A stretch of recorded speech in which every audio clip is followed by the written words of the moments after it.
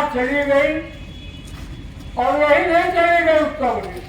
उत्तर प्रदेश में उसकी सरकार गई और 10 साल जीता, 20 साल जीता। यही हालत उसकी बिहार में भी हुई। 10 साल जीता, 20 साल जीता और ये बंगाल में भी हुई।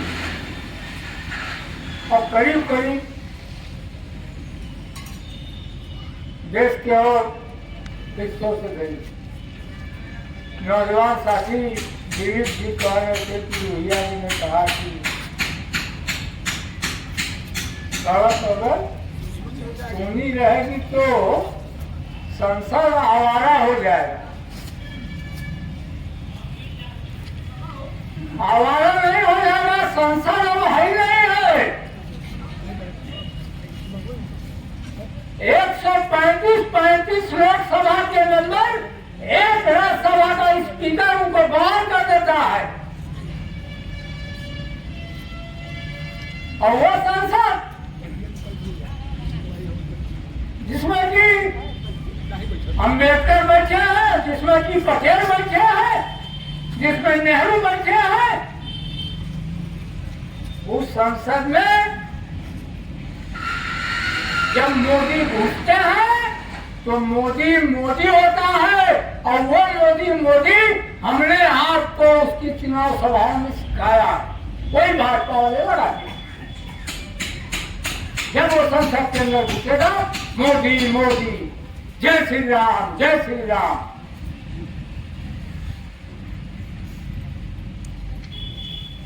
लेकिन हम आप टीवी देखना बंद नहीं करेंगे। ये उसी की देन है। मोदी मोदी और हमारे बच्चे, हमारी माताएं, हमारी बहनें, हमारी माताएं बहनें तो इतनी प्रभावित हैं।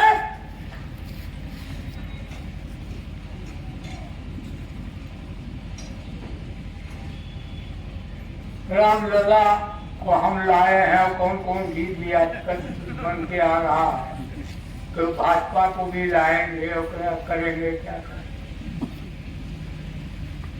लेकिन उसी में मोदी की ही गलती नहीं है, हमारी आपकी भी गलती है, हमारी आपकी पार्टियों की भी गलती है।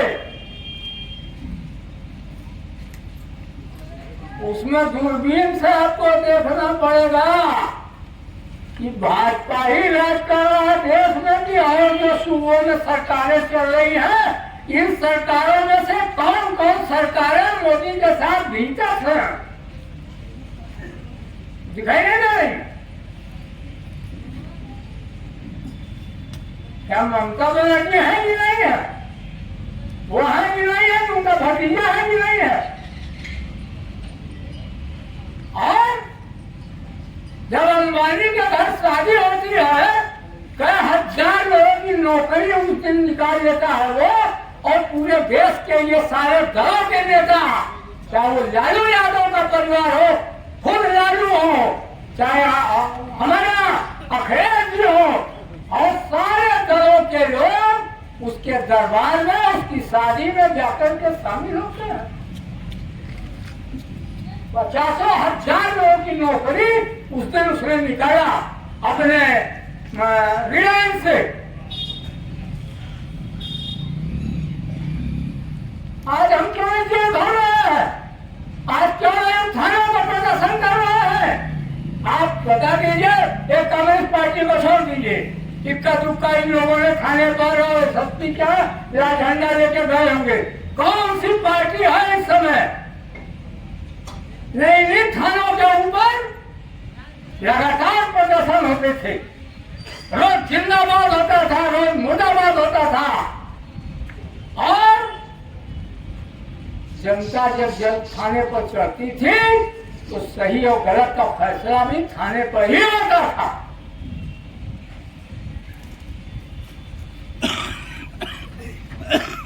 आज तो क्या करिएगा।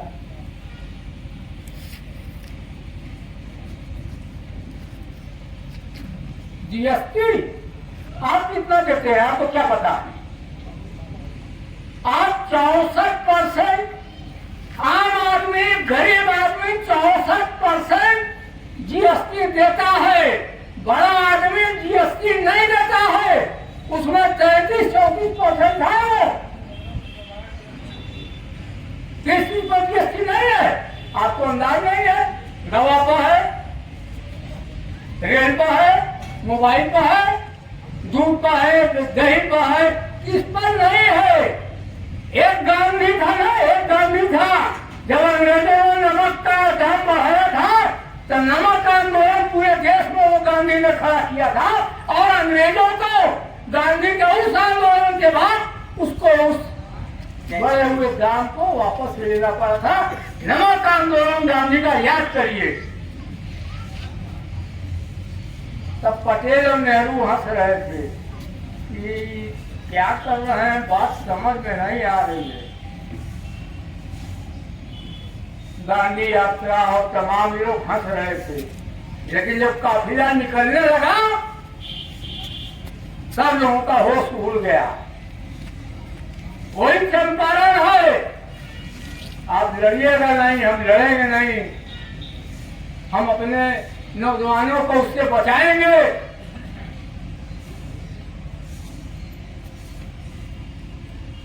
और क्या जेल भरो चल रहा है, जेल भरो चलेगा। उत्तर प्रदेश की जेलों में जगह नहीं रहेगी।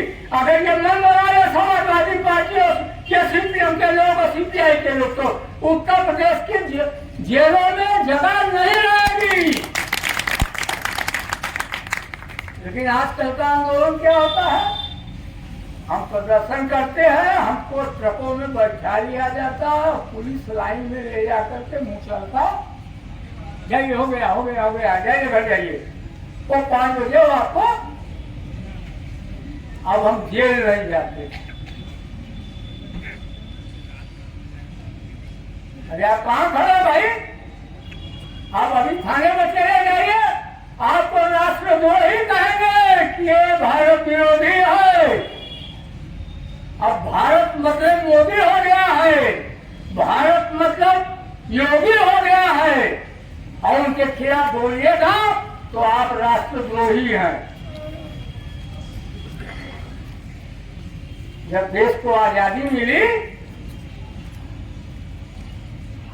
और उस आजादी में जो लोग अंग्रेजों के बारे में खड़े थे, जो अंग्रेजों का साथ दे रहे थे, गांधी ने कभी उनको देशद्रोही नहीं कहा। और आजादी के बाद यही कम्युनिस्ट पार्टी और यही सोशलिस्ट पार्टी के लोग बाहर हुए कांग्रेस से, मैंने कांग्रेस को सत्ता में जाने दिए, ये लोग सड़कों पर इन्होंने कहा कि अभी आजादी अधूरी है। जब तक आर्थिक विषमता नहीं खत्म होगी देश में,